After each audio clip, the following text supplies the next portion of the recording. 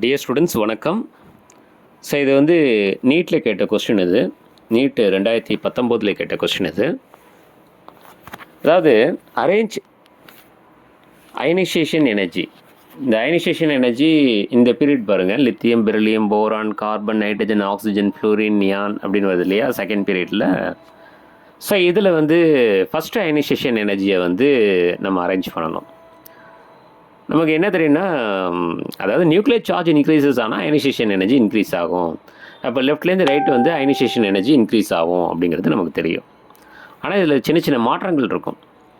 என்னென்னா, பெரிலியம் அப்படிங்கிறதுக்கு அந்த பெரிலியத்தோட நியூக்ளியர் சார்ஜ் வந்து கம்மியாக இருந்தாலும் ஆர்பிட்டால் ஸ்டெபிலிட்டியால் போரானோட அதிகமான அயனைசேஷன் எனர்ஜி இருக்கும்.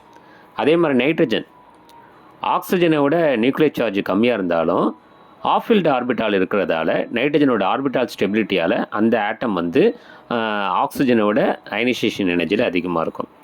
ஸோ அப்போ எப்படி ஆர்டர் எழுதலாம்னா, lithium less than boron, boron less than beryllium, beryllium less than carbon, carbon less than oxygen, oxygen less than nitrogen, nitrogen less than fluorine, fluorine less than neon. அப்போ இதிலே கொடுத்தது highest ionisation energy யார் அப்படின்னா neon, lowest ionisation energy யார் அப்படின்னா lithium. இது வந்து dear student நீட்டில் கேட்ட கொஸ்டின். இந்த மாதிரி அயனைசேஷன் எனர்ஜி அவங்க என்ன சொல்கிறாங்க, ஃபஸ்ட் அயனைசேஷன் எனர்ஜியா செகண்ட் அயனைசேஷன் எனர்ஜியா அப்படிங்கிறத நல்லா பார்த்துக்கணும். சார் அயனைசேஷன் எனர்ஜினா என்ன சார்? அதாவது லாஸ்ட்டு ஷெல்லில் இருக்கக்கூடிய எலக்ட்ரான்ஸை ரிமூவ் பண்ணுறதுக்கு நம்ம எவ்வளோ எனர்ஜி கொடுக்குறோமோ அதான் ஃபஸ்ட்டு அயனைசேஷன் எனர்ஜி. சரிங்களா?